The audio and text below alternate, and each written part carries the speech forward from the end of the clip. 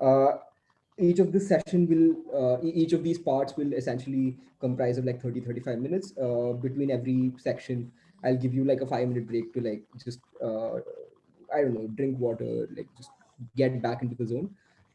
I suggest you take notes. It's up to you. And if you have questions, you can raise your hand.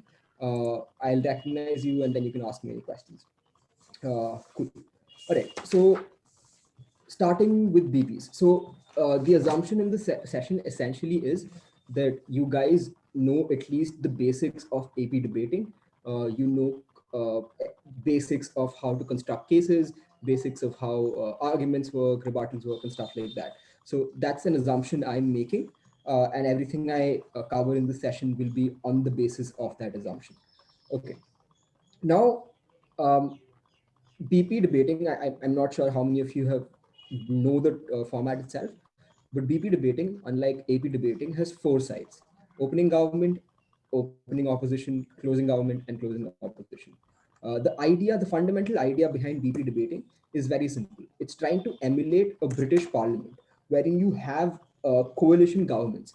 The idea behind coalition governments and the format itself is that coalition governments broadly agree upon basics of an issue while disagreeing or differing in terms of the intricacies of it, which means that let's take, for example, the farm laws. I know this is not the best example in terms of its actual implementation, but on a principal level, there are different parties who have different opinions within the NDA about the farm laws itself. So that's the format that we're trying to like trying to emulate through the British parliamentary debate. The format of a Westminster styled parliament is what is it that we're trying to go ahead and let's say and trying to copy through the British parliamentary debate. That's why we have four different teams rather than two different teams.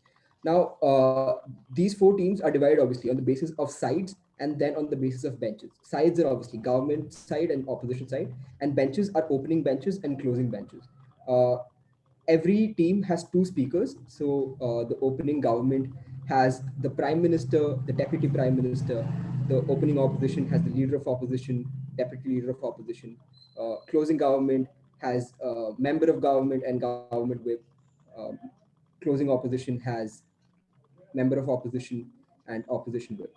The speeches, as usual, are of 7 minutes, 20 seconds of grace period. The flow of the speeches is simple. First, the prime minister, then the leader of opposition, deputy prime minister, deputy leader of opposition, member of government, member of opposition, government whip, and opposition whip. Um, Unlike AP, though, the prep time that you get will be only 15 minutes. AP, you get 30 minutes of prep.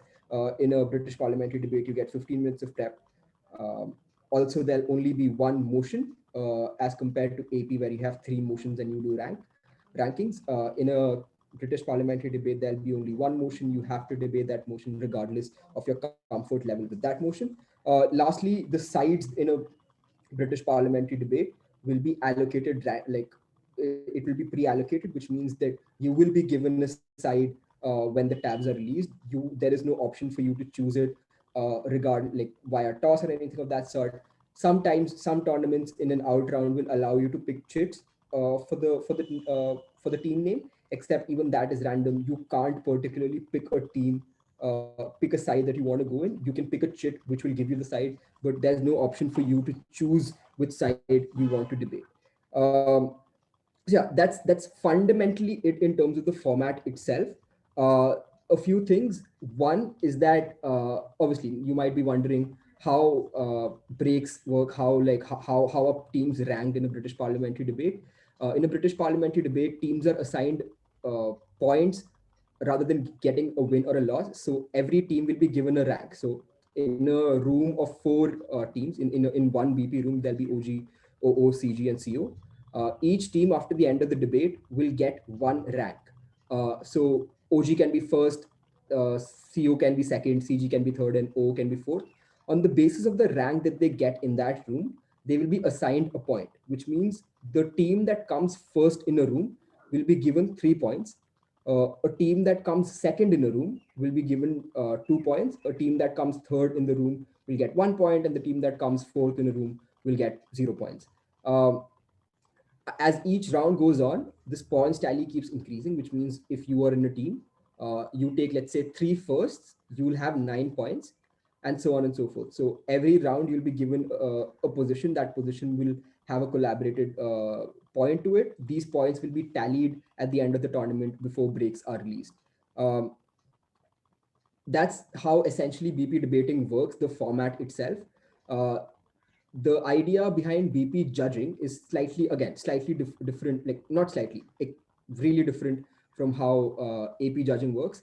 AP judging, you will have a 3-member panel or a 5-member panel, or like maybe a single panel, where each panelist has a single non-transferable vote, which means that each panelist, uh, after the debate, votes in terms of which side is winning, and the majority verdict goes through, which means you can win on a 2-1 split, you can win on a 3-2 split, you can win unanimously, whatever, right? In a BP, it's slightly different. In a BP, you have something called a consensus decision-making process. This means that in a room, there'll be an odd number of panelists, obviously, and one of the panelists will be assigned to be the chair of that room. So there'll be one chair, and in round there'll be one chair and two panelists. Out rounds, maybe you have one chair and four panelists, and so on and so forth. Now, the way in which BP judging works essentially is that after, like, you obviously listen to the debate as an adjudicator, whatever the debate ends. After the debate ends, all of the judges are taken to a separate room, or like if it's happening physically, like the debaters leave the room and judges take the room, and then they discuss the verdict within themselves, which means that each person can have a separate verdict for themselves, and then they discuss that verdict among each other and get to a consensus in terms of what they think the verdict is. And now the thing is that if there are three judges, there can be three very different verdicts itself. I think in a British parliamentary debate, there are 24 possible outcomes. 24, right? Yeah, 24. So there are 24 possible outcomes in one room as compared to only two possible outcomes in an AP debate. So there are 24 possible outcomes. So obviously, there's a good chance that the judges have different verdicts. Now, this sort of disparity is resolved through discussion. So judges get together, they first tell each other their rankings, and then they try to reason with each other in terms of explaining why they think one team won and why they think the other team lost, and stuff like took a fourth, third, whatever, right? So they discuss, and then they get to a consensus in terms of the rankings. And then only the chair of that room goes ahead and gives feedback. So how this works essentially is that in a BP, the chair will mark the panelists in that room on the basis of the deliberation that happens on the verdict, while the chair will be marked by all the four teams. So the chair obviously has the ability to mark fellow adjudicators, but at the same time, the chair will also be scrutinized more, because there'll be four teams which are marking the chair. In some tournaments, you will also have panel on chair marking, which means the panelists also mark the chair, which means the chair will be then marked by six different people. So that's how judging in BPs generally work.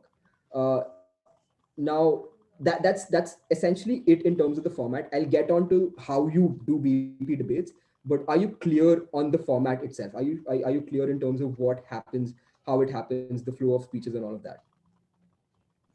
Yes. Okay. Like if you have any doubts, please feel free to ask me. I'll Yeah, I repeat have a something. question. Yeah, sure. So, what does the flow look like? Is it the opening government, the closing government, then the opening opposition or the closing Okay. opposition? It's like opening opposite, opening up, opening up. So it's opening up, closing up. The flow of the speeches look like PM. Then you have PM, which is from OG. Then you have leader of opposition, which is from OO.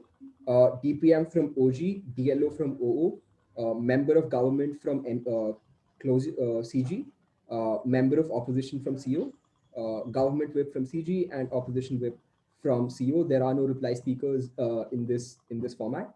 And yeah, so that's the flow of the debate itself. Okay. Any other doubts? Just please feel free to ask me any doubts, because this is a more complicated format, like as compared to AP. AP is fairly simple in terms of how you do it. This is a a tad bit more complicated in terms of its intricacies. So like please ensure that you're clear about what I've told said till now. And yeah, so please, okay, what is the role of the third speaker?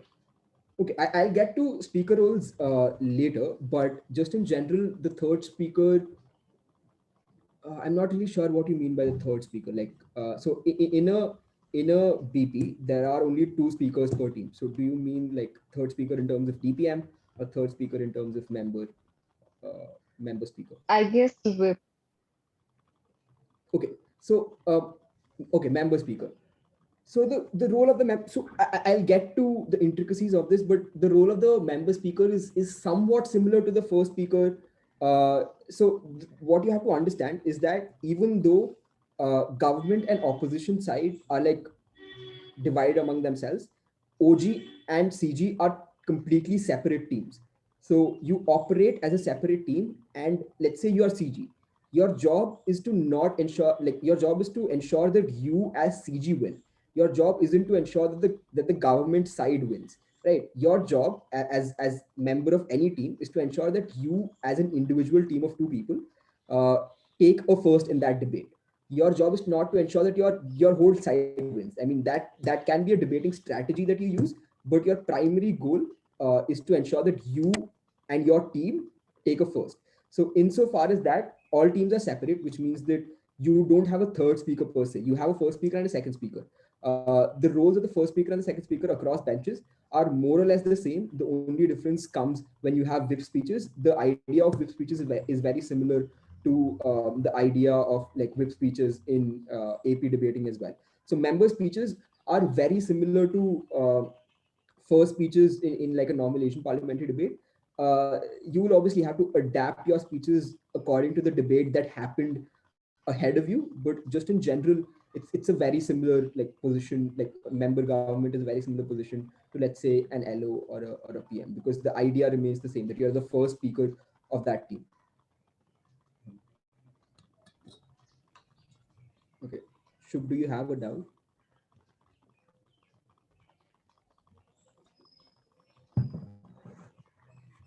All right, are there any other doubts? Am I audible? Yes, you are. Hi, Mathew. So basically, Hi. my question was that the opening government and the closing government, as you mentioned, are different teams, but they both are supporting the government, right? So is there a Yes. requirement for coordination amongst the opening government and the closing government's case? Not necessarily. Like again, this is something I'll get to in detail later. But obviously, like you can't coordinate with the other team primarily because you'll be doing prep time separately. So as in an AP, like you will be prepping with your own team. So if it's happening on mixed idea, there'll be separate prep rooms for each teams. If it's happening physically, you'll be prepping in like different locations across whatever institutions that's happening, whatever institution in which the debate is happening. So like it's almost impossible to coordinate with the other bench, primarily because like there's no line of communication between the two of you. But that said, the broad understanding of the motion has to be similar, which means that you can't be debating about two wildly different definitions or two wildly different ideas of what debating what the motion itself means. If that's what's happening in terms of the definitions, or the very core idea of the debate essentially differs from bench to bench, that's called knifing. I'll get to that slightly later. But just in general, like you don't need to coordinate with the other team. Again, as I said, your job is to ensure that you take a first, and you do whatever you can to take that first. So yeah, another thing like that I forgot to mention is that POIs can only be asked from gov to op or op to gov. Like the closing bench, the opening bench can't ask POIs to their own bench, which means OG can't ask a POI to CG, and OO can't ask a POI to CO. Similarly, CG can't ask a POI to OG, and CO can't ask a POI to OO. So Jaren has asked me what is the difference between the speeches of PM and member government with respect.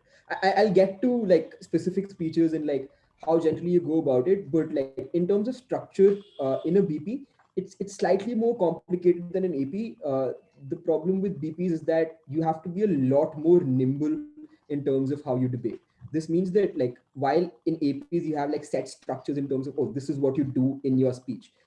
The thing with BP is that you have to adapt according to each and every debate, which means that which generally means that like as a member government, you might have to contextualize the debate a lot depending on what your opening side did. As a member speaker, you might also have to focus a lot on rebuttals depending on what your opening does, which means that member speeches and like generally what the closing bench does is contingent upon what their opening did, which means that a lot of how you debate will be dictated by your opening benches. Because yeah, I'll get to that later because I think I'm kind of digressing here.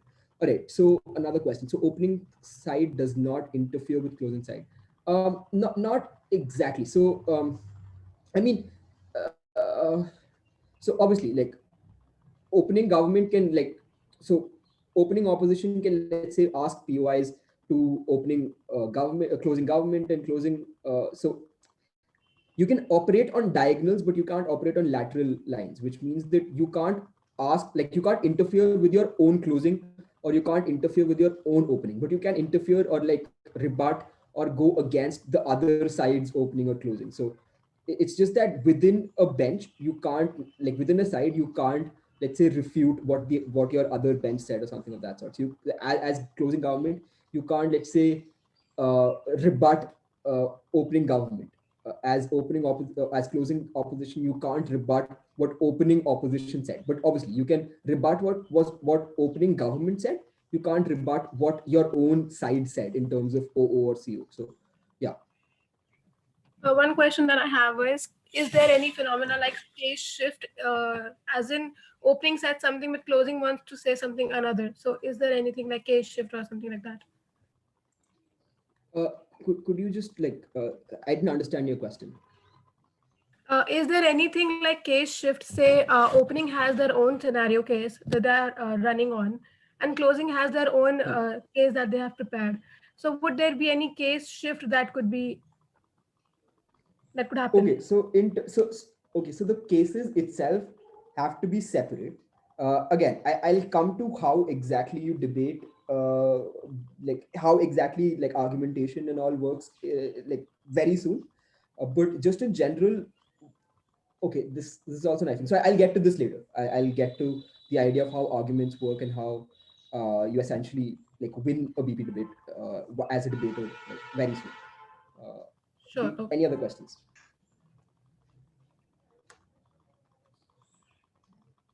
Matthew, I'm really sorry, but I just joined. Can you just summarize what you have just, spoken till now in the session, like the opening side and the closing side thing?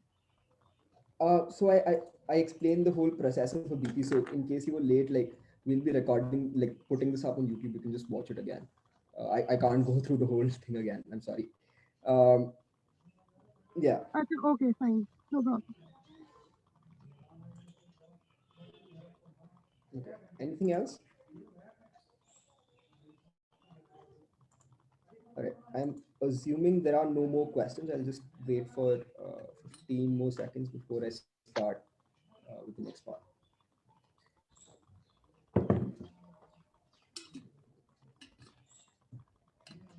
All right, cool. So the first part of this like session, I explained how like the BP format itself works. So this flow of speech is whatever, right? This is the very fun, like what I told you till now was the very fundamental uh, parts of like BP debating, just the rules of BP debating.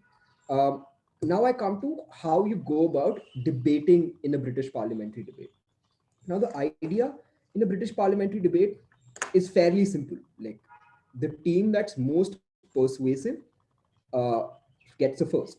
So the fundamental idea in a BP and the fundamental, as is the fundamental idea in every like parliamentary debate, is that the team that's most persuasive in that room will take the highest position.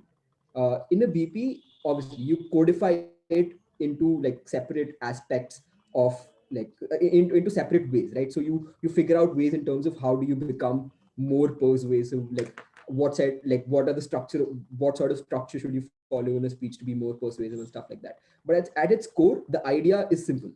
You need to persuade the adjudicators that what you said is more impactful, is more relevant, and is simply better than what every other team said. Now, the way in which you do this is simple, right? If you are the opening bench, which means if you are opening government or opening opposition, uh, you debate as you would debate any other like Asian parliamentary debate. It's pretty much the same. There are slight differences in terms of strategy, but the idea remains the same. You go ahead and let's say if you're opening government, you put across a case, you contextualize your arguments, you analyze your arguments, you impact your arguments, and whatever, right? So the opening bench is very similar to an Asian parliamentary debate. The only difference is that if you're OG, if you're OG after your DPM speech, which is the third speech in the room, you don't have any other speeches, which means regardless of what, like, let's say DLO says, or regardless of what member of opposition says, or regardless of what opposition says, you can't say anything else. Your speech ends at DPM, which means you can't rebut anything that comes after LO. So in OG, there is a like you have to be a lot more preemptive. So you have to predict what the other team would say. You have to think about what the other team would say, and you have to preemptively respond to it, right? So that's one thing that's different from APs. Preemptive responses aren't that important. Um, Another thing that's very very important in the opening bench is POIs, because the only way in which you can engage with your closing side, your closing, let's say if you're COG, the only way you can engage with CO is through POIs, which means you have to take POIs from CO when you're giving your speeches. Again, this is something I've noticed as a trend in the circuit. People are not taking POIs. So when I judged GGS, and just in general when I'm judging mocks, people just tend not to take POIs. In a BP, taking POIs is extremely important, because it is the only way in which you can directly engage with the closing side, which means that OG, if possible, has to necessarily take a POI from CO, and similarly, it's better if CO takes a POI from OG. Now, this essentially works in simple ways, right? When CO asks a POI to OG, the idea is that CO is going ahead and plugging their case through their POI, which means during the 15 seconds that they get to ask a POI, they frame their POI in such a manner that they are putting across their case in that POI, so that OG can engage with their case line. Similarly, when CO has made a case, let's say CO has like given their member opposition speech, they've like outlined the basics of their case. OG can ask a POI which is framed in such a manner that it rebuts what CO is saying, right? Which means that rebuttals in a BP can happen through POIs, which is why POIs become extremely important in BP, because it's the only way in which closing the two benches can engage with each other. The only way opening and closing can engage with each other is through POIs. So it's very important in a British parliamentary debate to take POIs. Uh, I would actually suggest that in a BP you can even like take two POIs, right? It's good if you take two POIs. Take one in the starting of your speech and take another one towards the end of the towards like the end of unprotected time, right? So POIs become very important for opening benches. The second thing in opening is that when you're opening, like regardless of whether you're gov or op, there are two things you can do as a debater, right? One is that you can necessarily go ahead and burn the turf. This means that in every debate, in every BP debate, the motion that you will get will essentially have different frames to it. Different frames essentially means different ways to approach the same debate, right? Let's take for example, this is a debate I asked yesterday. This house regrets the commercialization of sport. What do you think can be possible frames in this debate? Like possible frames would mean, from what all sides can you approach this debate? This house regrets the commercialization of sport. What do you think?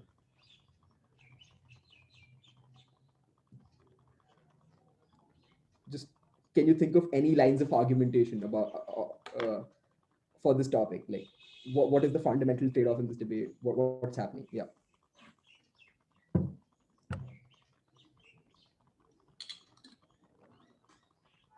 It maybe is Shubham, making money through someone's talent.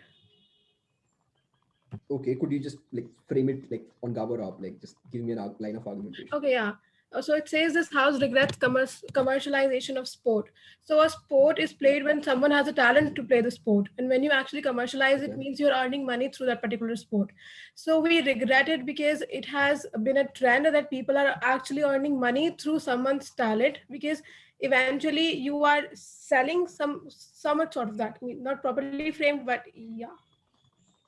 Okay, so fair. I get where you're coming from in terms of yeah, how like people are being used as mere tools for money. Okay, so it's fine to earn through talent.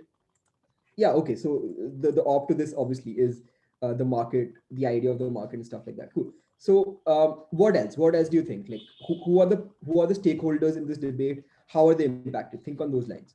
And then you'll understand the frames that I'm talking about. What are the stakeholders in this debate? May I? I'm sorry. Can I go ahead? Yeah, sure. Yeah, so the three stakeholders that I could identify were the players, the organizations, like when we talk about the management of the teams and the players, and of course the spectators and the fans who will be viewing. Okay, so the players. Okay, players. The what do you say? The organizations and the sport itself, right? Okay, fair. These are the three. Okay, there was brands and corporations are the ones who can properly fund and give infrastructure for betterments of players, fans. Yeah. So essentially, we've got three frames now, right? We can talk about, we can approach this debate from the perspective of a player. We can approach this debate from the perspective of a sports organization, and we can approach this debate from the perspective of the sport itself. Now, from the perspective of the players, think about why commercialization of sport is good or bad, like from the perspective of the players itself.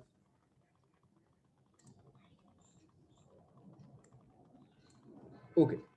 Uh, Players become pawns in a transaction. I'd prefer it if you like unmute yourselves and speak, because it's difficult for me to keep track of the chat.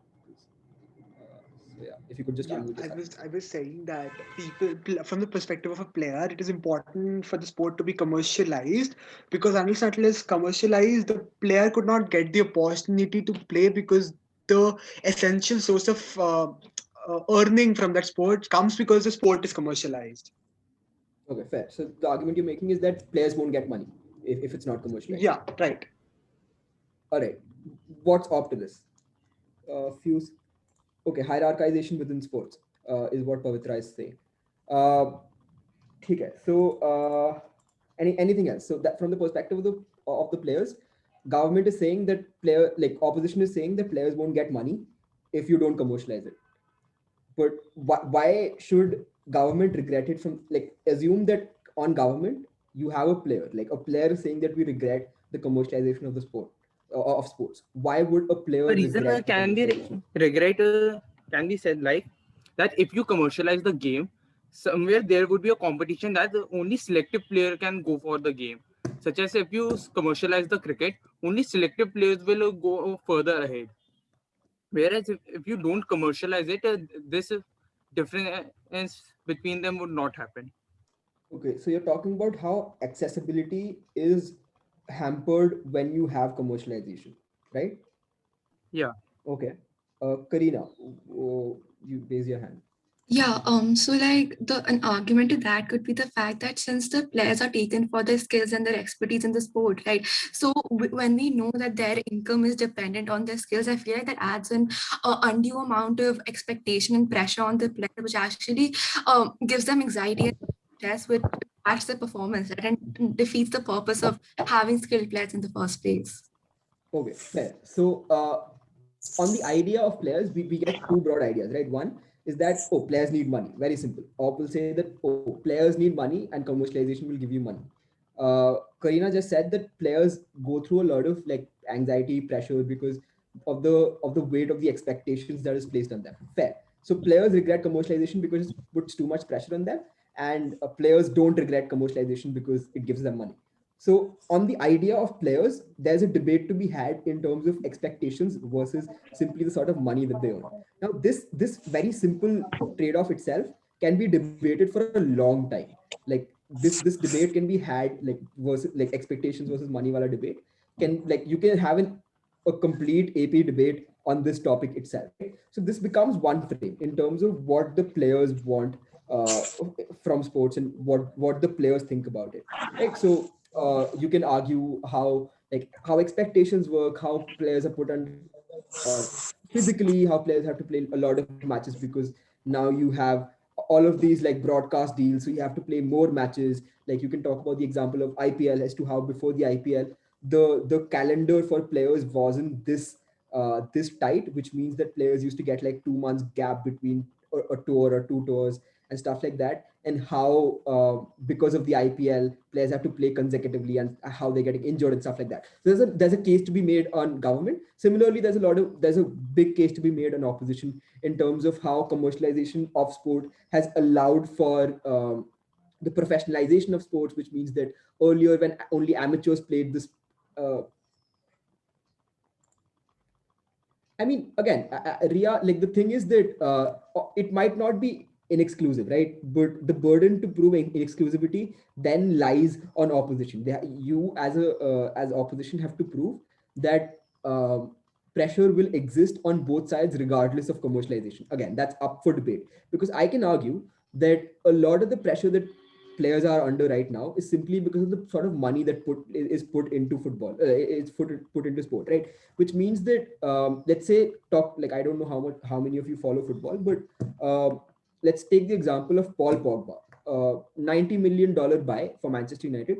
One of the biggest reasons as to why he has not done as well is simply because of the expectations of the player, expectations that the fans have from that person, which means that given that Paul Pogba is so expensive, players expect that player to go ahead.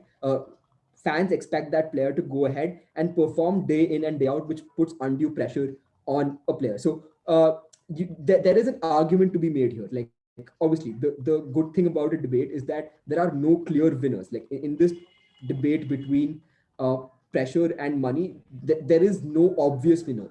The winner will be decided on the basis of your persuasion skills. So as like it depends on how well you're able to explain to the judges as to why like your side is better. So whether like yeah, expectations may kill players. Like sure, like you could talk about how players go through depression, stuff like that.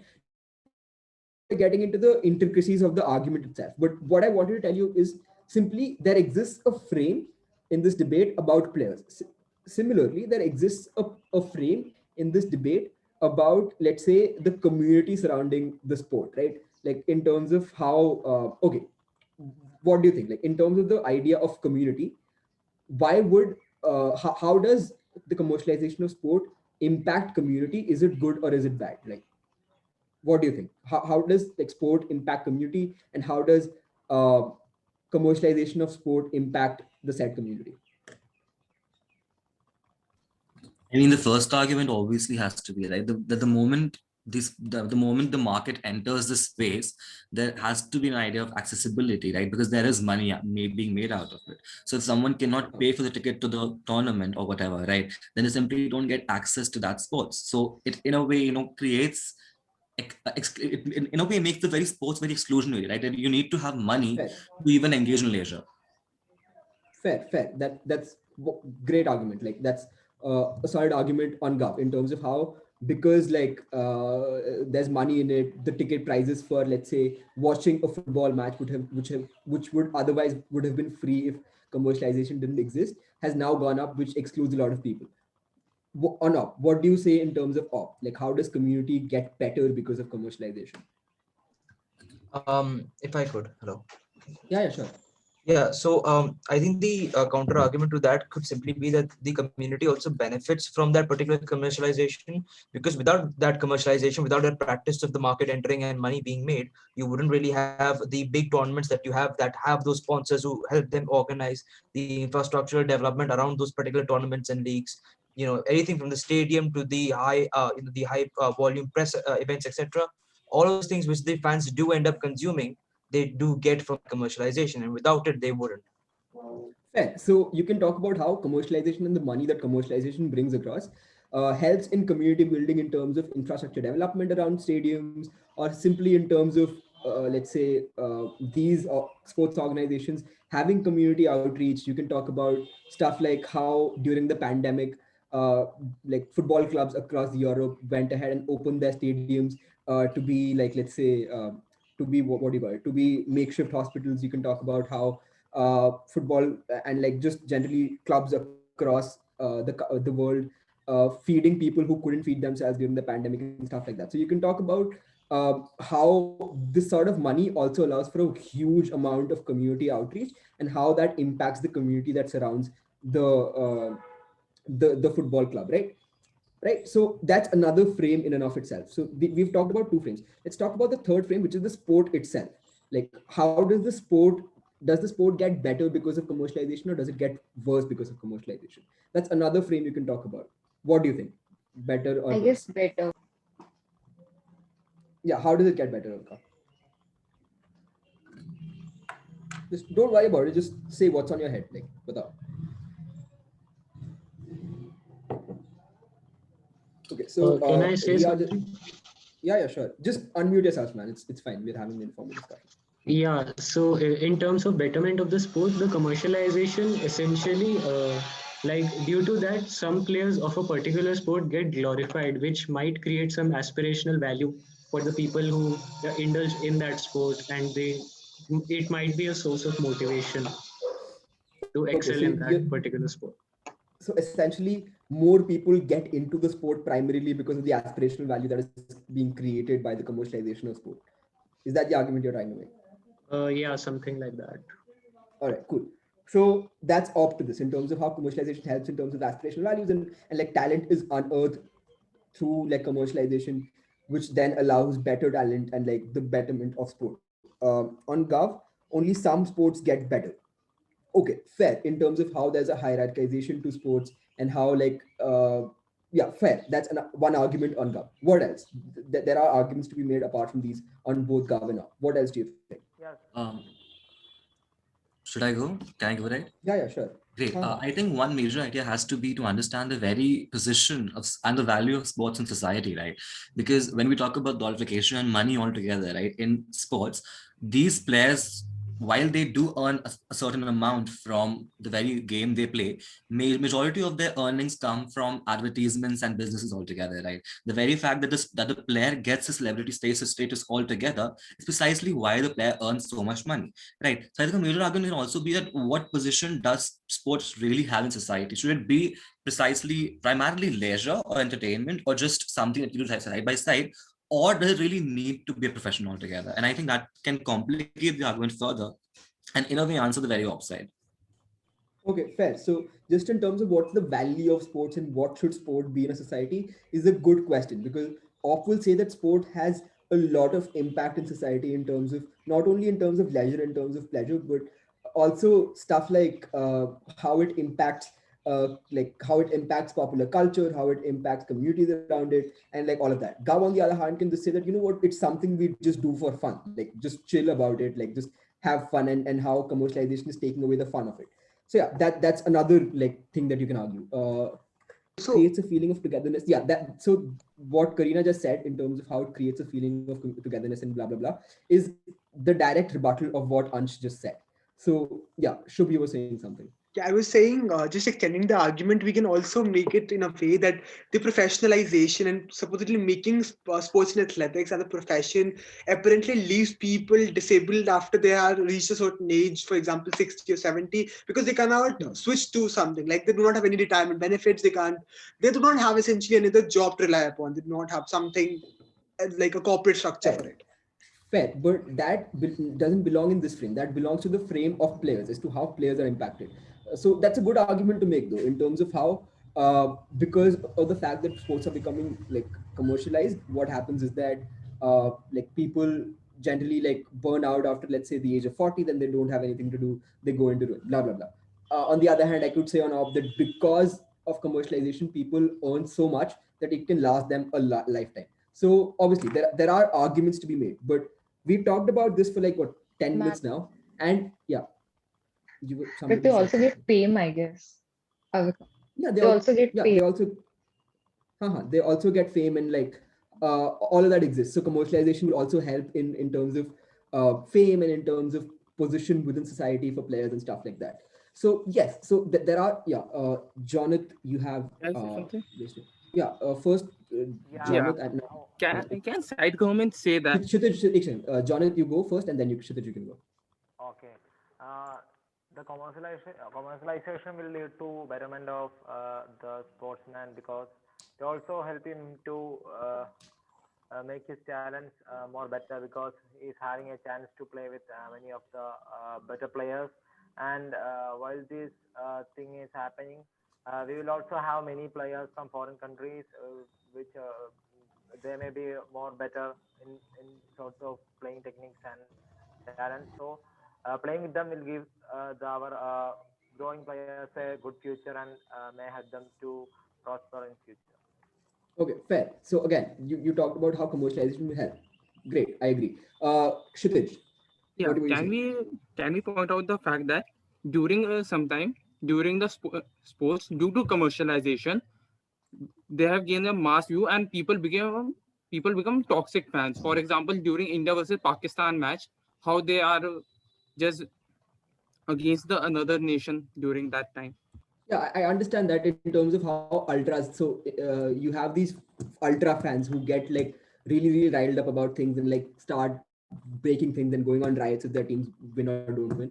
I mean, I'm not sure how you link it to commercialization. I think that if you can prove that link, sure, why not? But as of now, I don't see a link between ultras and commercialization. I mean, sure, there can be a link. I just can't think of it right now. But Can it be like like, that due to commercialization, it has got the mass reach? I mean, maybe like again, it requires a lot more analysis, right? So we talked about a lot of stuff right now. Like we talked about three different frames in this debate, and even within the frames, we talked about like three arguments each in each frame, right? So the reason why I did this whole case prep like discussion thing is to give you an idea in terms of how deep motions can go. So this is a very deep motion. So there are three different frames within this motion that you can talk about, and within each frame you have, let's say, three arguments each or four arguments each, and all of these arguments need to be analyzed in like you need to like contextualize these arguments, you need to analyze these arguments, and you need to impact these arguments. It's simply impossible for one team to go ahead and talk about all three frames and all arguments within a frame, right? Which is why a BP debate is not as daunting as it sounds, because the first time I heard of a BP debate and the first time I heard that, oh, closing has to say things that are different from opening, I was like, how could I think of things that are different? Like सब कुछ तो opening बोल के चला जाएगा, like how do I deal with it, right? But when you get to it, you'll realize that there's just a lot of depth within motions, and you just need to figure out frames in the motion, and within those frames you need to figure out arguments, right? Now, as a closing, as an opening team, you can do two things.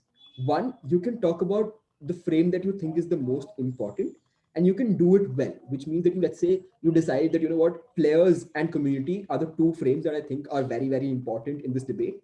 I'll talk about only these two frames, and I won't talk about how it generally impacts the sport, and I won't talk about how it impacts the economy or anything, right? I'll just talk about how players are impacted, and I'll talk about how communities are impacted by virtue of commercialization.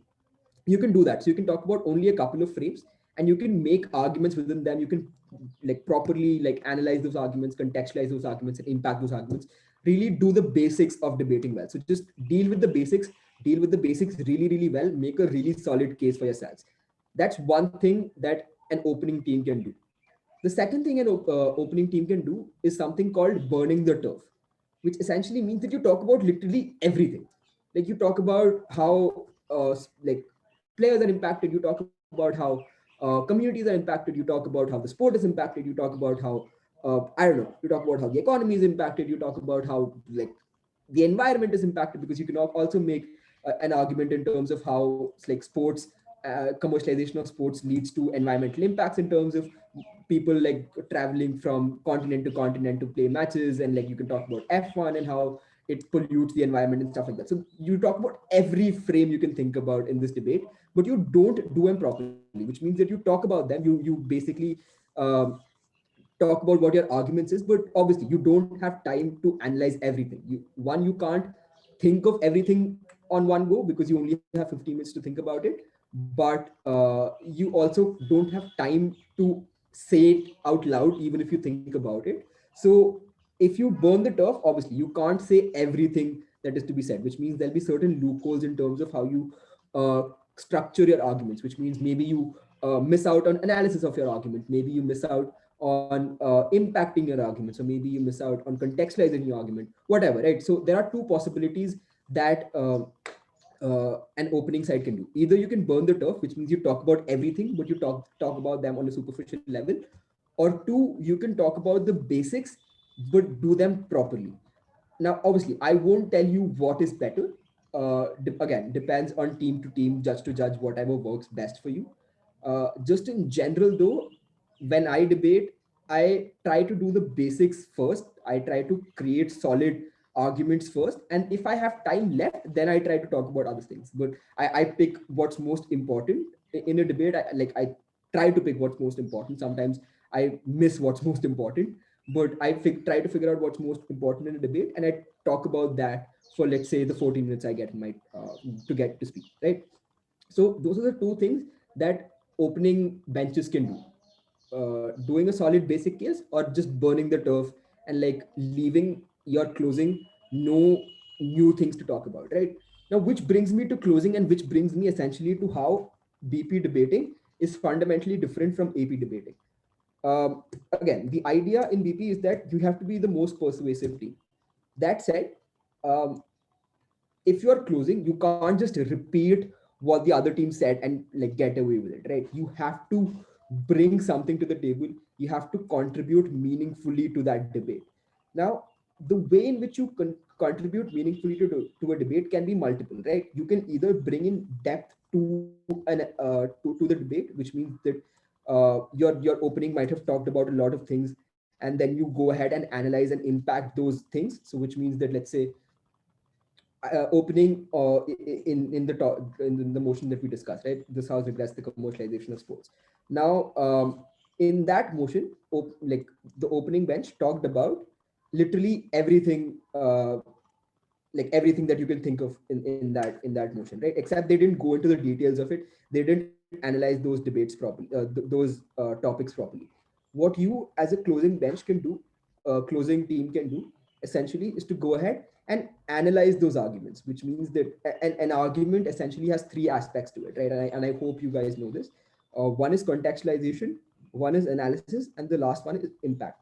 So as a closing team, you can either like contextualize, analyze, or impact the arguments that have already been talked about by your opening, or you can bring new lines of argumentation as well, which means that you're talking about something that's completely different from what your opening talked about, which means that, let's say, the opening talked only about two frames of the mentioned debate, right? Opening talked about how sports is impacted and how players are impacted. You can talk about how environment is impacted. You can talk about how the what do you call it, the communities are impacted, right? So you can talk about completely different things, or you can go ahead and analyze, contextualize, or impact whatever your opening said better, or like not better, but analyze, contextualize, and impact what your opening failed to say, which means that obviously because of paucity of time, your opening can't say everything, so you fill in the gaps to whatever they said. And like, yeah, so that's what you call an extension. So in a BP, you'll hear this word a lot, like extension, extension, extension. The idea of an extension is twofold. One, it can be a vertical extension, which means that you are like building on whatever they've said, but analyzing it better, contextualizing it better, or impacting it better. And the other can be a horizontal extension, which means that you are going ahead and talking about completely different and completely new lines of argumentation within a debate. So that's extension in a debate, right? So essentially, opening sides have two things to do, which is either burning the turf or like talking about two things, but or three things or whatever, however many you can talk about, but talking about them in a very very solid manner. Closing sides can like either like go ahead and vertically extend on what the other team said, what your opening said, or horizontally extend on what your opening team said. The generally these two things don't happen in isolation, which means that teams always operate somewhere in between, which means that they'll all like vertically and horizontally expand on what their opening band said. But these are two things you can do in a BP as a closing side, right? So that's essentially how arguments work in a BP. I'll get into slightly like more detailed ideas about BP in terms of how speaker roles function, in terms of how like comparatives functions and all of that. But before I go on to that, doubts? I have one question. When you told us that either we can contextualize or analyze or tell the impact of what the opening government or the opposition has said to carry on our case for the closing, aren't we actually strengthening their case scenario rather than ours? No. So the thing with BPs is that like you will be given credit for what you say, which means that in case your opening didn't say something, in case your opening didn't analyze their arguments, they will be penalized for not analyzing their arguments. The analysis of that argument will still be credited to you. Like if it's a good judge, they'll recognize that, oh, that this line of analysis that was very very important for this argumentation came from the closing and not the opening. So you will be credited for what you say, and opening will be penalized for what like they don't say. Okay, yeah, makes sense.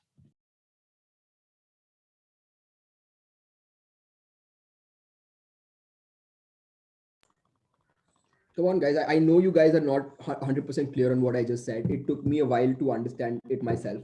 So I'm sure like the first time you're hearing this, you have a lot of doubts. Just ask me.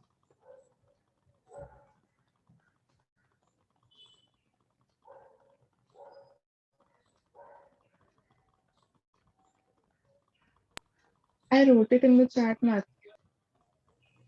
Okay. So does this include case? I mean, see, the ideas such as like structure and ideas such as like method and all, they remain the same, right?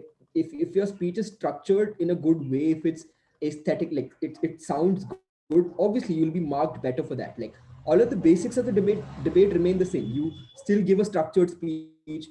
You still like if talk in the best way in which you can. You still analyze your arguments. You still go ahead and like engage with the other team. Everything remains the same. It's just additionally how BP differs. So everything I'm talking about right now is on top of what you know for AP, which means that if you know that AP speeches need to be structured, BP speeches also need to be structured. If you know that in AP you need to engage with the other team, in BP also you need to engage with the other team. It's just how BP is different from AP that I'm talking about. Everything, like unless I specifically say so, everything else remains the same in AP as it does in AP in BP. Okay, thank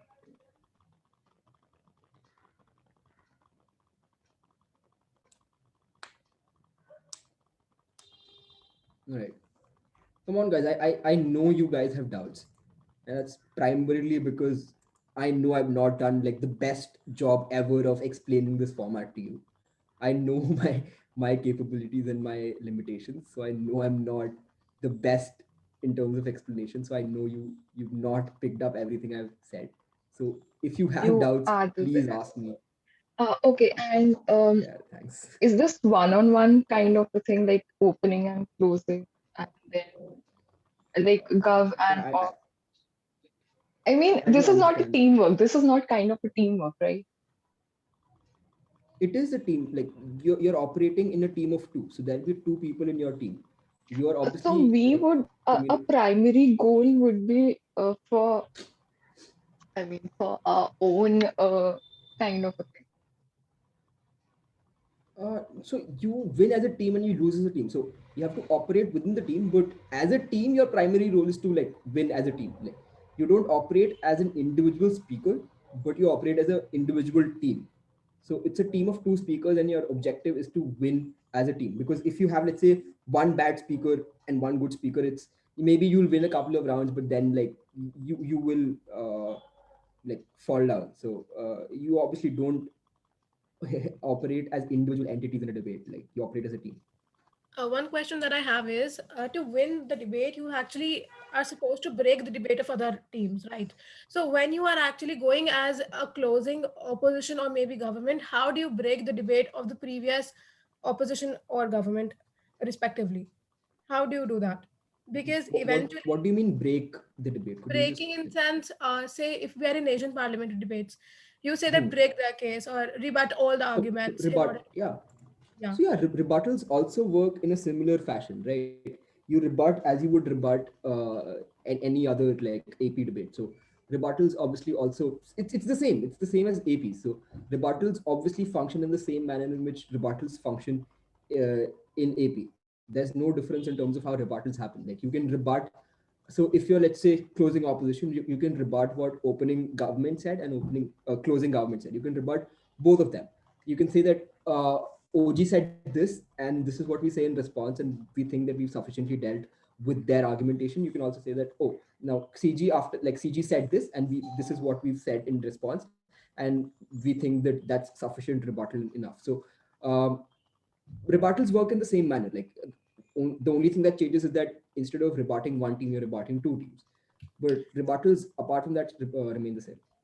So you told us that particular technique of asking the POIs in which you can rebut the point. What was that, and how Okay. do you differ that? Okay. So essentially, let's say you're opening government, right? You've laid out your case. You've said what you have to say, but you only have two speeches, right? So you have PM, DPM. After PM, DPM, there's also a DLO speech. Then there's the member government speech. There's the member opposition speech. There's the government whip speech, and there's the government opposition speech. Which means out of the 8 speeches that exist in a BP debate, 5 of them come after your team is done speaking. Which means that there's a good chance that you become irrelevant in a debate, because that a debate keeps evolving. It keeps moving on from topic to topic. So what you said kind of can become irrelevant towards the end of the debate, simply in terms of simply because the debate like evolved to a point wherein like you become irrelevant. So to ensure that that doesn't happen, you can plug your own case through your PY, right? So you say that we think that XYZ should not happen because of ABC reason. That's your case. Now everybody has moved on, like they've talked about like other things and stuff like that. So you can raise a POI and say that, you know what, we talked about this earlier. Whatever you're saying right now has been dealt by us like earlier. Just engage with it, right? So you can plug your own case through POIs to ensure that you don't become irrelevant in this debate. Similarly, you can use the case line that you laid down to rebut what the other team is saying in the form of a POI, right? Which means that in a speech you just say that, oh, we rebut this saying this. In a POI you just frame it differently and ask it as a question rather than like making a statement. That's all. And is there a system of nuke in a BP? No, there are no nukes in the BP. Okay. Do we have the option of ignoring POI? Yes, you can ignore POIs, but as I said, like POIs are extremely important in a BP. So I would suggest that you take a POI.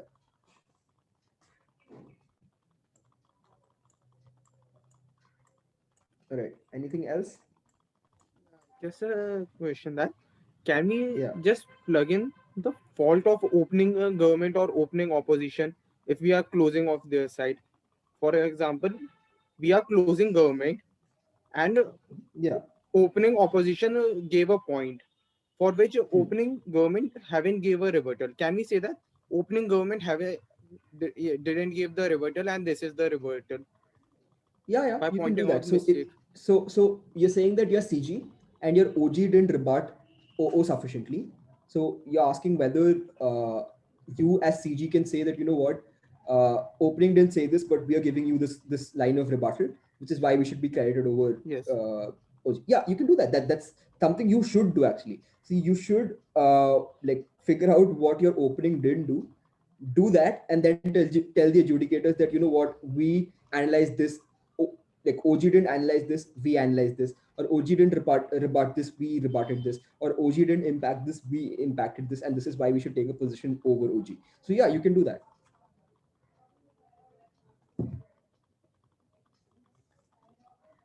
Right.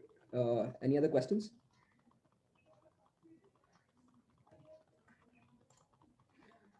Okay, so what constitutes a good POI? So see, there is no like single formula for a good POI. You can like, I don't know, man. So I don't know exactly what constitutes a good POI. It depends on like debate to debate. But POIs can be used very, very strategically, right? Which means that you can use a POI to plug your. So let's say you're closing, right? Let's say you're closing government. Opening opposition is talking. You can ask a POI and like plug your case in it, right? Which means your POI can be framed in a manner in which, okay, let's say sports wala motion. Uh, you're opening opposition and you're talking about what was opt for this. Yeah, you're talking about how like players are getting more money and like how this money can last them a lifetime, which ensures that players don't end up broke at the age of 40 and blah blah blah. Opening opposition is talking about that. Opening government isn't talking about how commercialization impacts players. So they're only talking about how it impacts the community. As CG, you can ask OO, uh, like ask a POI and ask them as to how that compares to the idea of the pressure that a player is put under. So you can ask them, like, sure, like players make money, but don't you think that the pressure that they like face through the course of their professional life takes away a lot from them as individuals, which means that doesn't it outweigh the sort of money that they earn? So that's a POI you can ask, right? You can like obviously frame it slightly better. So the only advice I have about POIs essentially is that write them down, like frame them in your head, think about what the answer of the other team would be, and write them down. Because I've noticed this a lot. Whenever people ask POIs, they're not clear in their head in terms of what that POI is, right? So the only advice I have with regard to POIs is that be sure what you're asking and write that POI down and read it off, right? Because that way you ensure that the POI is crisp, concise, and you're not wasting the other speaker's time. So yeah. Okay, so what is rebuttal? Rebuttal is essentially any sort of response you have to what. So I'm making an argument. I'm saying that, you know what, like we should regret the commercialization of sport primarily because it's making sport inaccessible. People can't like watch sports anymore. It's becoming a classist activity in and of itself, which is why like we think that this is bad. A rebuttal to that would be, you know what, that's not true, because the commercialization of sport is ensuring that sports is broadcasted across the world, which means that audiences that didn't have access to, let's say, English Premier League now can watch English Premier League anywhere in the world. Yeah, Monica. Monica, you've raised your hand. If you have a question, Yeah, you yeah. can just unmute yourself. Could you please tell me what does PIO stand for? Because I joined late. A POI is a point of information. It's essentially a question that you ask the other team. So you can just raise a POI and ask them a question. In between the other person's speech. Yes, Okay. it's their choice in terms of whether they want to take it or not. But like you can ask them, you can offer a POI. You can just like, as you raised your hand right now, you can raise your hand. Okay. If they accept it, they'll say that, you know what, I accept the POI, and then you can ask the question. But whose marks does it affect? The person who is delivering the speech or the person who is asking the POI?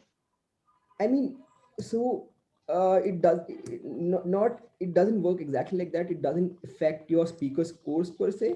It affects the general debate, like who wins or like which position you take might be impacted by a POI, and it can be impactful of both people, I guess. I mean, it doesn't impact marks per se. Like it impacts the verdict of a debate, not necessarily the speaker scores. Okay, thank you. Okay, so wait, what is happening in chat? Can you interrupt a speaker for rebuttals? No, you can't. You can rebut the other speaker through your own speech, but you can't just interrupt them during their speech. You can offer them a POI. If they accept that POI, sure, you can ask them a question, but you can't interrupt them and say that, you know what, we disagree. Like, you have your own speeches for that.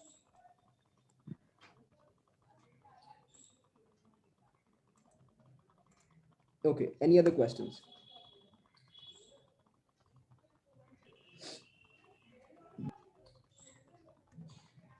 Okay, so moving on. So till now I've talked about the basic The stuff.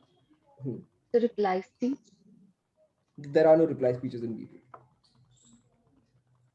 Okay, till now I've talked about the basic structure of a British parliamentary debate. I've also talked about, like, I've touched upon how you debate British parliamentary debates in terms of what opening benches can do, in terms of what closing sides can do, extensions and stuff like that, right? Now, moving on to just in general comparatives, and like this is also slightly related to judging, something I'll deal with later, but comparatives, and like comparatives are like really really important in any debate. Like, not only is it important in a British parliamentary debate, but it's also extremely important in an Asian parliamentary debate, right? And okay, what is a comparative? Batao. Like, I'm sure you guys have done debates. What's a comparative? Pairing something. When we compare both the worlds that both the sides proposes and analyze which one is better. Correct. That is How would kind of that look like? adjudicating. Yeah. That is kind of adjudicate. Similar Yeah, to. but I mean, yeah, to an extent, but like Akshat, how does that happen in, let's say, a BP? Like, instead of two teams, how does comparatives then happen in an AP, BPP? It can be like we can compare like if we are suppose closing government, we can compare both the worlds that OO gives us, the world that CO gives us, and we can prove how our world is better through like analysis, different types of analysis. Exactly. So that's pretty much it, right? Like, comparatives simply is you're comparing how the worlds that each team proposes looks like, right? Because each team will be proposing slightly different variations of like, so obviously government and opposition will be like proposing wildly different worlds, but even within like a bench, both houses, like even within like within opening and closing, there'll be slight variations in terms of the world that you're proposing. This means that your job, like, and this is generally what the second speaker of each team does, and more so of a closing team, which means the whip speakers generally do this, but it's also advisable that the second speakers of opening houses, opening teams also do it. And this is essentially simple, right? You essentially compare how your world looks like to the worlds proposed by the other three teams, and you explain to the adjudicators why your world is better. It's that simple. I mean, like, in like theory at least, like doing it in reality is slightly more difficult. It requires a lot of practice, but just in general, comparatives are extremely important in a debate, wherein you're explaining as to why your world is better. Now, a critical component of comparatives is weighing up. And weighing up essentially means that we talked about frames in the debate, right? We talked about the idea of commercialization of sports. Even within a frame, we found that there were competing arguments that don't have a clear winner. Now, if you don't have a clear winner, how do you decide which side is better? Which side is better? You decide that on the basis of weighing up. Weighing up essentially is you telling the adjudicators why your world, or why what you're saying is more important. So in a BP, and this is specifically what the whips generally have to do, is that, and like whips across, like even in APs you have to do this, and even in like any format you have to do this, but this becomes all the more important in a BP primarily because there are four teams. So you have to draw the comparatives. You can't expect the adjudicators to draw the comparatives for you.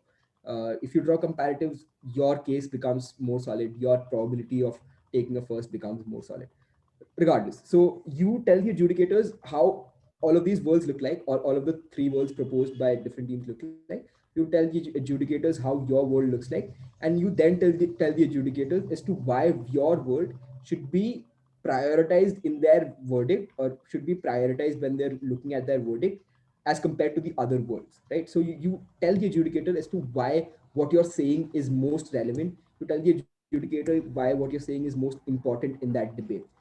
uh, the thing with BPs is that you shouldn't leave things unsaid. Like you shouldn't work on assumptions. You should always try to clarify everything that exists within your speech. So let's say you're operating on certain like fundamental assumptions. Just when you're doing case prep, just take a couple of minutes, think about whether those assumptions are as universal as you think they are, because you might get away with this in an AP. You might get away with having a case that is like not on solid foundation in an AP, but in a BP, given that there are three other teams that are competing with you, it's very, very important that your case itself becomes solid. So ensure that like you're questioning the assumptions that you make, ensure that you're explaining to the adjudicators why your world is better, drawing comparatives, and also tell the adjudicators that these are the extensions that we've given. So it's not the job of the adjudicator to like dig for extensions within the 14 minutes of speeches you've given as a closing side. Tell the adjudicators that like especially, and this is especially for the whip speakers, right? Like when you're giving a whip speech, like take a cup like 10 seconds before you start and think about what all are your extensions, and then in your speeches tell the adjudicators that see, this is what OG said, this is what OO said, this is what we are saying, and this is like what CO said till now. This is our extension from OG, this is how we rebutted OO and CO, and this is our positive constructive case, right? So explain everything that you do, explain every aspect of what you do to the adjudicator, make it crystal clear for them, so that this is because of two reasons. One, the adjudicators are listening to a lot of things together, so there's a good chance that they go ahead and miss out on something you're saying. So make it crystal clear, explain it to them in terms of how it operates. And secondly, like sometimes adjudicators are also like human. They might credit you for something you've not said. Like they might credit and they might not credit you for something you said, right? Which means that let's say you're uh, giving analysis to something OG said. An adjudicator can very well think that, you know what, ye to OG mein tha hi already. Like, why should I give credit to CG? So it's your job to tell the adjudicators that, you know what, this wasn't an OG. This is a unique extension that we are giving, and we should be given credit for what we said. So as a whip speaker, your job is very, very important in a BP. You have to explain everything that you've done and like make it very, very clear to the adjudicators in terms of what you've done, right? So I think that covers the very basic tenets of BP. Oh, last thing, knifing. Now knifing essentially uh, is the closest parallel to knifing in an AP is a death shell. It's not exactly a death shell, but it's very, very like it's close. Like that's the closest you can get to an AP, right? Essentially, what this means is that you and your like opening or closing fundamentally disagree on the basic tenet of a debate, right? Which means, hmm, uh, okay, the motion reads: This house regrets the sexualization of women in advertisements, right? This house, I'll just put it up in the chat as well. Uh, this house regrets the sexualization of women in ads. Now, if you think about this, there are two ways to approach this, right? One is to say that, you know what, we regret all kinds of sexualization in ads, which means men shouldn't be sexualized either. Like I say, beefcakes and all. Like you don't show people like men with abs. You don't show women in bikinis. Nothing. Like there should be no sexualization in ads. We think that all of that is bad, right? So that's one line of argumentation you can run. One definition or one interpretation of the motion that you can debate. The other interpretation of the motion is that, you know what, the problem that we have is that only women are being sexualized. We think that men should also be sexualized, so it's equal. That's also another interpretation of this debate. But these two are fundamentally different to each other. So if your opening runs one interpretation and you as closing say that, you know what, we don't agree with that interpretation, we think that it's completely different, that's knifing. That's when you're disagreeing on a fundamental level what this debate is about with your opening side, and then you're knifing them, you're going against what they say. So the idea is that, like, even though the two of you are separate sides, you should have broad consensus on what you're debating. If that broad consensus itself goes away, then it's a knife. Yeah, and that I think more or less covers BP debating the very basics of it. Obviously, it's very intricate. It's a very complicated format. So there's a lot more to explore. But I think that covers the basic debating technicalities and debating like format and stuff like that. Right. So do you have any questions? Because I'll take 20 more minutes to explain BP judging, and then we can call it a day. So I'll start BP judging at 16:40. That's 4:40. So do you have any questions about this Yeah, too now? I have a question. Yeah. The basic question that I want to propose is, for example, there's a definition challenge into AP, as you mentioned. There's knifing or a knife into the BP debates, right? So, what is the consequence of a knife being there in a BP? Okay. So in a BP, like that, so like in an AP, if you lose a def chal, you lose the debate, right? In an AP, though, it's not necessarily like that. There is no automatic fourth in a BP. It's possible that you knifed a team, you get a first, that team got a second. It's possible. I'm not saying it's probable, but it's possible. So there's no automatic consequence कि अच्छा ये होगा 100% if you knife it.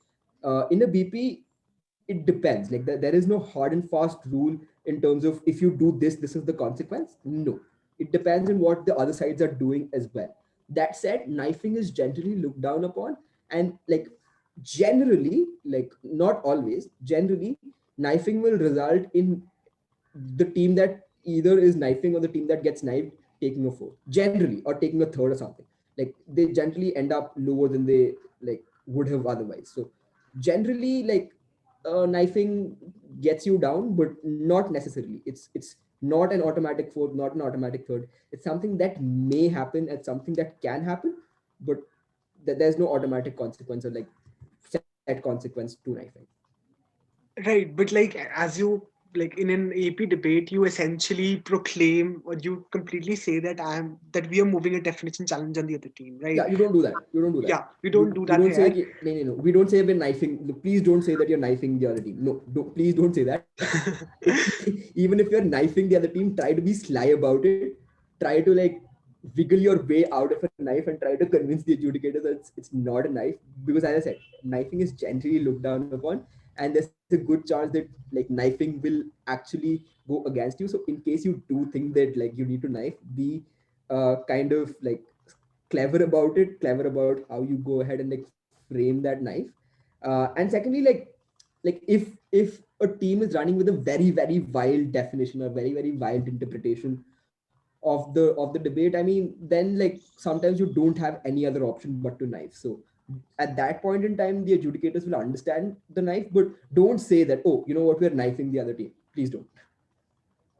Yeah, obviously, but the point being, as opposite to the AP debates, here the knifing usually, as you mentioned, results in an illegitimate or morally illegitimate downfall of the team knifing the other team, even though they are doing it on purpose or not on purpose. Not see, as I said, like it's not necessary. So it could be that the team that is getting knifed also gets a fourth. Like it's possible. Like the thing with BPs is that there is no set like there's no given कि this will happen.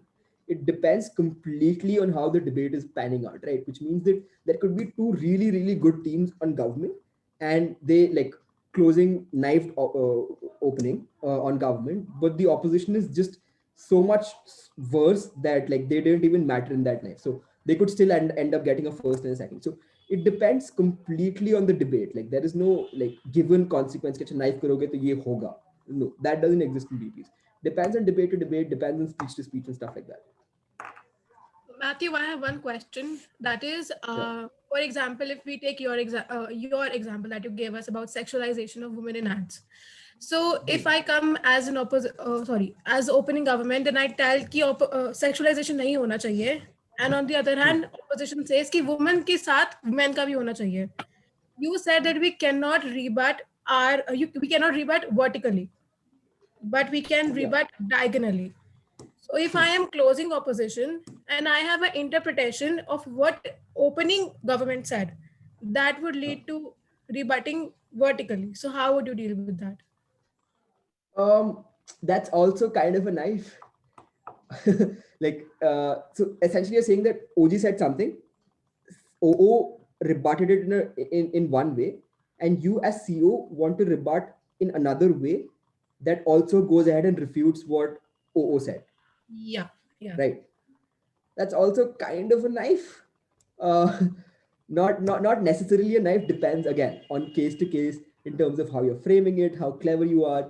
But like just by the sounds of it, I think it also qualifies as a knife. So it's okay. Like it's okay to do. Like in general, if you think that that's what's best advised in this debate, that's what's more relevant in a debate, do it. Like just trust yourself when you're debating, because OO can come up with a very shitty rebuttal as well. So it's just like if you think that that's best, like that's what's more relevant in this debate, sure, go run with that line of rebuttal. Like, but I again depends on debate to debate, but I think it kind of is a knife. Okay. Can I ask something? Yeah. Yeah, so like knifing and rebutting are, I think, different. So we should not knife our opening, but can we rebut our opening? Is it okay to do that, or is it also not okay to rebut? What do you mean rebut your opening? So you're in CG and you want to rebut what OG said, but why would you want to do that? I don't know, like if their analysis is faulty or something like that. So if the analysis is faulty, what you do is that you give the correct analysis. So rebuttal means disproving something. If the analysis is faulty, you say that, you know what, we think that this analysis is faulty and this is the correct analysis. So you if there's a loophole in their case, you point out that loophole and then fill up that loophole and say that we filled that loophole. Right. So you don't rebut what they're saying, but you can point out their mistakes and then correct those mistakes. It's not enough to just point out mistakes, because then that's strategically bad. Because if you just point out mistakes in the other team without necessarily going ahead and like doing something to correct those mistakes, what happens is that there's a good chance that you take a bench loss, which means both government sides lost because you pointed out mistakes in the other team, and like I was like, oh, obviously. So that's something that can happen. Again, it depends on debate to debate. There are 24 different possibilities in terms of the outcome of a BP debate. So there's a lot that can happen. It's a lot more complicated than simple yes or no answers. But yeah, if you feel that there are loopholes in the other case, like in your openings case, or in your in your openings case, point out those loopholes and then fill them up yourself. Right. I have two questions. First question being that, for example, your OG runs a case on the basis of like they're presenting you all the possible arguments that might happen without analysis, right? As you mentioned earlier, and the opposition is also doing the same, similar kind, because they're running the debate in a similar paradigm. But they're not the arguments run by both the sides of the opening are not sufficient, of course, because of various predicament. Then as a closing government, you can't shift the complete paradigm, but you need to argue on the same similar lines. And you feel that the openings were running on a very weak case, both the sides, like both the arguments presented that they feel is not legitimate enough to win this debate, nor are important. So can you just bring in an absolutely new point which does not probably coincide with the So this happened with me at Hansraj finals. So I was OO. There were Ramjas freshers on OG. You had Sudarshan and Nevatia who were our closing opposition, and you had Anushka Ganguly and Charisma from Stephens on CG. And we gave our opening case like speech, whatever. Sudarshan, like I don't know if you guys know him. He's like one of the legends of Indian debating. But Sudarshan comes in his member opposition speech and said that while we agree with the premise set by both opening teams, we think that everything else that stemmed in terms of argumentation is completely redundant. And let me tell you what is relevant in this debate. And then he just went on to make his own case. The thing is, you can do that. Obviously, you can do that. Like Sudarshan went on and won that debate, like, and won Chanti. The thing is that you need to be like, you need to have like solid backing after that. So it's not enough to say that, oh, you know what, we think that the opening is irrelevant in this debate, and then say nothing. Like you have to like tell them why opening is irrelevant. You have to explain as to why the arguments that they made it doesn't hold ground, and then go on and explain your arguments. So if you're saying something, you need to back it up with analysis. So if you're saying that it's irrelevant, you need to explain why it's irrelevant. If you're saying that it's faulty argumentation, you need to explain why it's faulty argumentation. But yes, you can say that, and you can bring in a completely different line of argumentation. That's cool. Perfect. My second question goes that, for example, I'm running for like closing opposition or closing government. My case largely depends upon what the opening government, because I'm not allowed to know what the opening government says unless until the opening government comes and actually says this, because I'm not going to their preference, right? So essentially, what if my case that I am planning to draw and the case the government draws is extremely similar? Yeah. So again, so this is something that happens quite a bit. Like you have very similar cases, and you obviously need to have extensions to go ahead and win a debate. So what you can do is you can do two things. One, you can figure out where your opening team is lacking.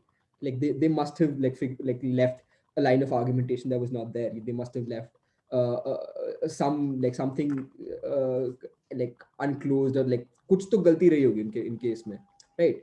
But that said, like, so you can obviously plug in the loopholes in their case. Let's say their cases aren't like their case is very solid, like एकदम solid case बनाया, great case, you have nothing left to say.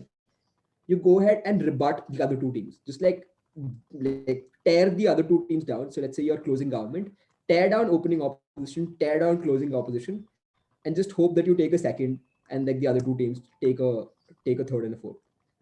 Because like if a team is really, really good, and if a team is like your opening, there's not a lot you can do. Like you can just, and here's the thing with BP, the good thing about BP is that you don't need to come first till the finals.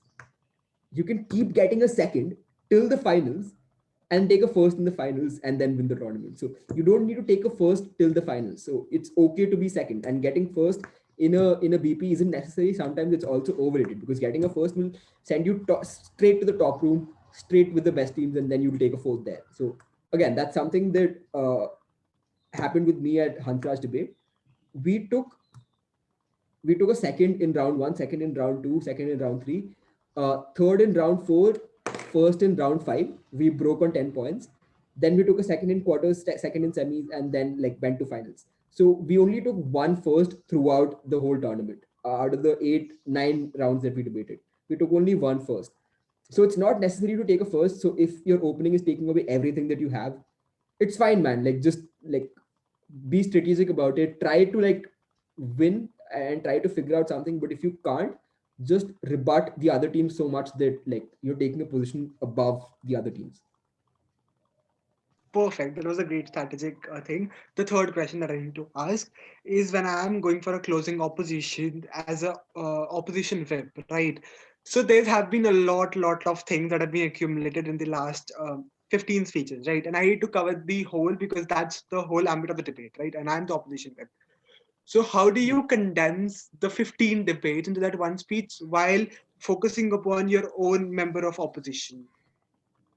So the thing is that like even though there's a lot of analysis and all these things, most like arguments can be condensed into 2 lines, right? So the whole idea of, let's go back to the sports motion, right? We talked a lot about players and stuff like that. You just need to mention that this is what the other team said. You don't need to get into the detail of exactly what they said, because adjudicators obviously have their own notes, which means they've already like made those notes. So you don't need to go into the intricacies of whatever the other speaker said. You just need to mention that this is what the other speaker said, and just like tag it, so that the adjudicators, so the job of a whip is to remind the adjudicators as to what has happened in the debate. So when you're reminding them, you just need to give them bullet points, just like mention it here and there, mention it, so that they know. So condensing it essentially means that you recognize the frames in a debate. Once you recognize the frames in a debate, like list the number of frames. Under the frames, list the number of arguments, and just list them out loud. Just say that, oh, under the frame of players versus like expectations versus money, we think that money is more important because like under the under the frame of players versus expectations versus money, we think that OG talked a lot about expectations. They talked about how it's bad because XYZ reason. You're not going into the detail of it. You spend 20 seconds on it. Then you talk about this is what we said, and this is how we're adding to whatever OG said, right?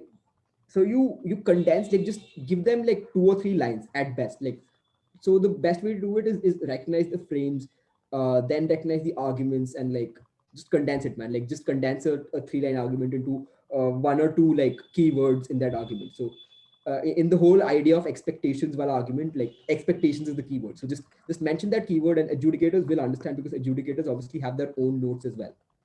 So yeah, that's and like just in general, like practice will help you do it. So it will take you time to necessarily go ahead and like figure out how to like recognize frames, and how to recognize arguments, how to recognize rebuttals. But with practice, you'll pick it up, and like you'll pick up how to make keywords and stuff like that.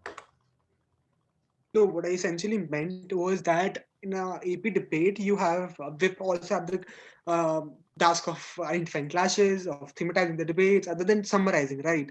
So, Yeah. but in this dynamic form of debate of PP, the themes also vary. Like the themes can just completely tussle with new speakers coming up. So it essentially becomes really difficult to cope up with the dynamics of even themes and clashes, which is the essentials of any web speech. Uh, I mean, honestly, like that just comes with practice. Like the way I learned it, and I don't know how to explain this to you.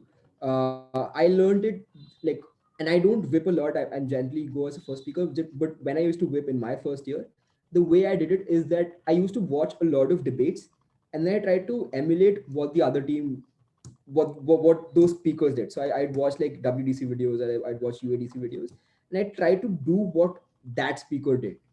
And like once you start doing that, you'll figure out what you're comfortable with. And like what I'm trying to say is that it's person to person. I don't have a silver bullet to solve that problem. It's something that like I learned with experience. I don't know how you can do it. Practice a lot, you'll figure it out. Like take feedback from the judges, they'll explain, they'll help you out from debate to debate, and then you'll get a broad understanding of how you're debating. And then once you get that broad understanding of how you debate, then it will be easy to like figure it out. But at this moment, I don't have any like solid advice to give you. Perfect. Thank you so much for taking up the questions. Non-advice. Yeah.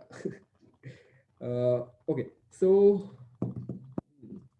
I have 10 minutes left.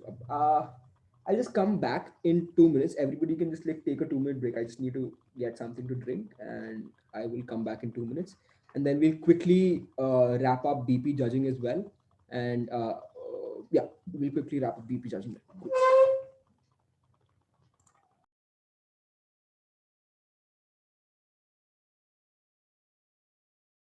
So cool. All right, we started with like 62 people. Now we have 21. Says a lot about me, but okay. Regardless of that. All right, moving on to BP judging. Now, as I mentioned earlier, BP judging is a consensus decision-making process.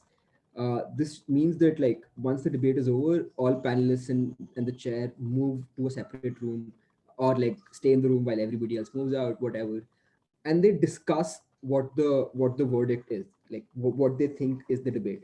Now, the thing with BP debates is that like as you like saw earlier as well, it's quite complicated. So there are a lot of possibilities. It depends on adjudicator to adjudicator in terms of what they go ahead and prioritize in a BP debate, uh, which is why it's completely feasible that all three adjudicators in a room have completely different verdicts as well. The point of a consensus or a deliberation is to get to one verdict that everybody agrees upon.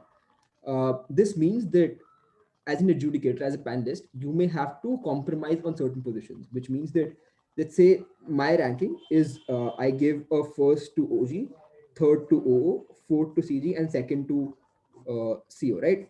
So I've given these rankings. Akshat's ranking is 2, let's say 3, 4, and 3, right? Similarly, who else? Riju's ranking is 2, 4, 1, 3, right? So all three adjudicators have different rankings.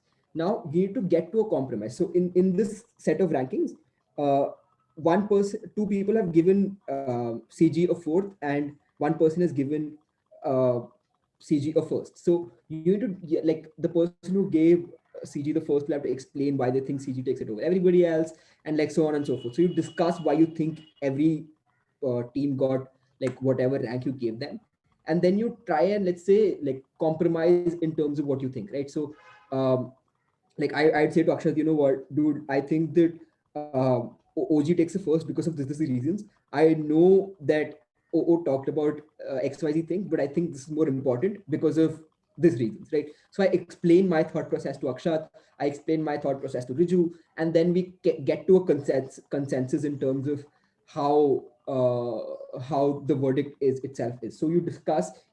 So in a BP, when you judge, there are diagonals that you look at. So the first like the first diagonal that you look no, before diagonals, you judge the OG-OO clash as you judge any AP. So it's a very simple clash. You judge it as you would do an AP. So you figure out if OG is taking it over OO, or if OO is taking it over OG. Whatever you decide. Uh, when the closing half ends, you should have an idea in terms of who's winning among OO and OG, right? Similarly, you do that for CG and CO. Very simple. As you do for any normal AP, you figure out which team is higher, CG or CO, right? So now you have two sets of ranking, right? OG, OO, and CG, CO. The sets of rankings that you don't have is OG, CO, OOCG, and CGCO, and CGOG, and OOCO. So many O's, but okay. Right. So you have these two rankings. Now you first look at the short diagonals, which is like the verticals essentially, not the diagonal. So which among OG and CG is better, and which among OO and CO is better. So you look at that. You look at that in terms of extensions. You look at which team which team brought in more relevant and more important matter to this debate. You look at the extension that a closing team brings in. You look at the sort of analysis that an opening team brings in. You figure out which team contributed more meaningfully to that debate. You look at which team is is more persuasive in that debate, and then you figure out that sort of clash, right? The next clashes that you need to deal with are the diagonals. So there's the short diagonal. Short diagonal is the diagonal between OO and CG. So the OOCG clash is called the short diagonal, and the long diagonal is the OG-CO clash. This again, you look at it in terms of engagement. You look at it in terms of um, so you look at whether let's say if you're deliberating upon the OOCG clash, you look at whether CG has sufficiently rebutted what OO said, and similarly you look at whether OO tried to deal with the CG case through preemptively rebutting them or POIs. Whichever team you think is on top gets a higher ranking. Similarly for long diagonals, whichever team you think has done a better job gets a higher ranking. This is where POIs become important in terms of engagement, because that's the only way in which you can engage with the diagonals. So yeah, that's how you figure it out in terms of your own ranking. You first figure out the OGO clash, then the CGCO clash, then the OGCG, then the OOCO, then the OOCG, and lastly the OGCO clash. So you figure out all these clash. I'll just repeat it so that you can note it down properly actually. First, you do the OG OO clash. Secondly, you do the CG CO clash. Thirdly, you do the OG CG clash. Fourthly, you do the OOCO clash. Fifthly, you do the OOCG clash. And lastly, you do the OGCO clash. Right? So 6 clashes that you need to resolve in a BP. You do them in order, and then you get a ranking. Right? Once you have your own ranking, so once a debate has ended, you have like 5 minutes to do this and 5 minutes to give your rankings. Once you decide on the rankings, what happens is that the chair will invite you to start the discussion. So the chair will ask all of the panelists what their ranking is. The chair will also um, tell you their own rankings, and then you generally like so if it's a common ranking, which is extremely unlikely, the then I mean you just explain why you thought that the other team got like whatever position you gave them. The other panelists would do the same, the chair would do the same, and whatever. If it's a common ranking, it's great. Like bahut aasan, like not much to do. If it's not a common ranking, if it differs, then you'll have to discuss in terms of the clash that is happening, which means that if you as an adjudicator gave OO over CG while another adjudicator gave CG over OO, you have to discuss that short diagonal with that adjudicator and with the others in the room to decide upon which clash will be like which side takes that clash. So you do that for like all clashes which are in question, and then you try to like compromise. You go ahead and like maybe you think that one team should have taken a second, but you're okay with them taking a third and stuff like that. So you compromise, you discuss with the other team, you kind of negotiate to an extent. Like it isn't exactly negotiating, but you essentially talk with the others in the room and like figure out a consensus, get to a consensus, and then give out a verdict. And then the chair in that room goes ahead and gives verdict.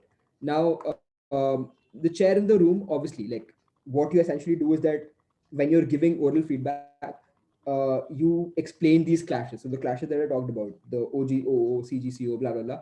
You talk about these clashes and you explain to the teams as to why you gave certain clashes above, like you gave certain teams certain clashes. So you explain that, and then you explain your rankings. The feedback process itself is very similar to AP. It's just the content of the feedback that's different. Uh, so yeah, that's BP debating in a nutshell. What happens if you can't reach a consensus? So if you can't reach a consensus after like let's say 15 to 20 minutes, you will have to take a vote. So you will vote. So the thing with deliberation is that generally consensus doesn't happen because of two positions. Like you'll probably agree on who gets third or fourth, but not agree on who gets first or second. Or you'll probably agree on who gets first and second and not agree on who gets third or fourth or whatever, right? So it will be just one position or two positions that are really in question. So in that scenario, you just go ahead and like after 20 minutes, you just take a vote. The majority verdict would carry as it carries in an AP. And if the chair is not in the majority, if the chair is in the minority, then one of the people in the majority gives oral feedback instead of the chair. So yeah, that's called rolling of the chair. Um, Essentially, it's very rare. Like just in general, like uh, people like rolling of chairs is something that was like a very rare occurrence earlier. I've noticed that it has increased in terms of its frequency recently. I think one of the reasons is that like we're running on short schedules, which means that you don't have a lot of time for deliberation, which means that after 10 minutes you're supposed to have a verdict, which is why you have it voting and stuff like that. But regardless of that, uh, rolling of a chair is something that's considered like rare. It's not very common, but you'll see it in a tournament if you go to one. Um, Moreover, like the idea of chairs is that chairs because chairs mark panelists, and if both chairs and panelists are competing against each other in a edge competition, there's a chance that the chairs mark their panelists low so that like they get an upper hand. To ensure that this doesn't happen, a lot of tournaments call invited adjudicators and like core adjudicators who are non-com to chair in a round, right? If the chair itself is non-com, then obviously the chair doesn't care how much that chair gets marked. The others in the room get marked because they're not competing, and therefore they'll be more fairer. So most tournaments will have a big IA pool to ensure that these problems don't happen. Um, yeah, I think that's about it in terms of BP judging. I just very briefly touched upon it. There's obviously a lot of depth. If you get into it, I don't think I have the time to get into it. So yeah, perhaps we'll have another session exclusively for BP debating and one more for exclusively for BP judging. So yeah, that's about it. If you have any questions, feel free to ask me. Otherwise, you can like leave.